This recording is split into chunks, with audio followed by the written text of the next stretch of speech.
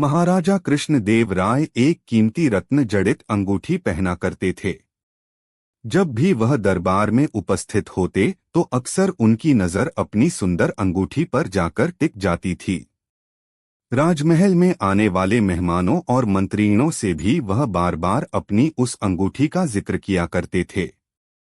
एक बार राजा कृष्णदेव राय उदास होकर अपने सिंहासन पर बैठे थे। तभी तेनालीराम वहां आ पहुंचे। उन्होंने राजा की उदासी का कारण पूछा। तब राजा ने बताया कि उनकी पसंदीदा अंगूठी खो गई है और उन्हें पक्का शक है कि उसे उनके 12 अंगरक्षकों में से किसी एक ने चुराया है। चूंकि राजा कृष्णदेव राय का सुरक्षा घेरा इतना चुस्त होता था कि कोई चोरोचक्का या सामान्य व्यक्ति उनके नजदीक नहीं जा सकता था। तेनालीराम ने तुरंत महाराज से कहा कि मैं अंगूठी चोर को बहुत जल्द पकड़ लूंगा। यह बात सुनकर राजा कृष्णदेव राय बहुत प्रसन्न हुए।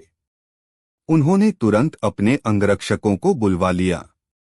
तेनालीराम बोले, राजा की अंगूठी आप 12 अंगरक्षकों में से किसी एक ने की है, लेकिन मैं इसका पता बड़ी आसानी से लगा लूंगा। जो सच्चा है उसे डरने की कोई जरूरत नहीं और जो चोर है वह कठोर दंड भोगने के लिए तैयार हो जाए। तेनालीराम ने बोलना जारी रखा, आप सब मेरे साथ आइए, हम सबको काली मां के मंदिर जाना है। राजा बोले, ये कर रहे हो तेनालीराम, हमें चोर का पता लगाना है, मंदिर के दर्शन नहीं कराने हैं।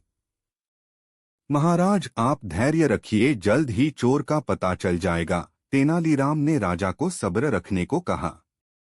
मंदिर पहुंचकर तेनालीराम पुजारी के पास गए और उन्हें कुछ निर्देश दिए।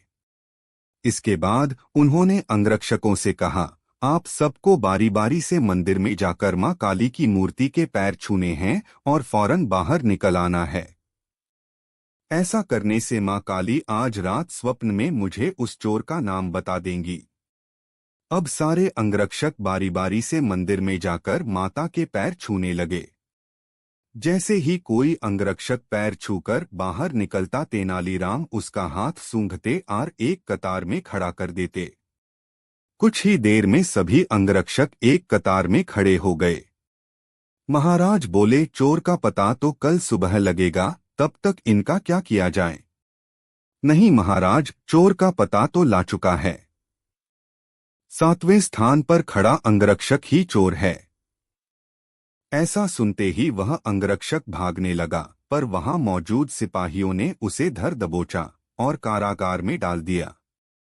राजा और बाकी सभी लोग आश्चर्यचकित थे कि तेनालीराम ने बिना स्वप्न देखे कैसे पता कर लिया कि चोर वही है।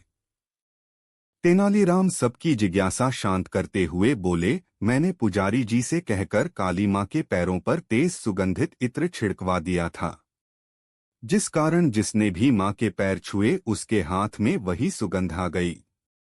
लेकिन जब मैंने 7वें अंगरक्षक के हाथ महके तो उनमें कोई खुशबू नहीं थी। उसने पकड़े जाने के डर से मां काली की मूर्ति के पैर छुए ही नहीं। इसलिए यह साबित हो गया कि उसी के मन में पाप था और वही चोर है।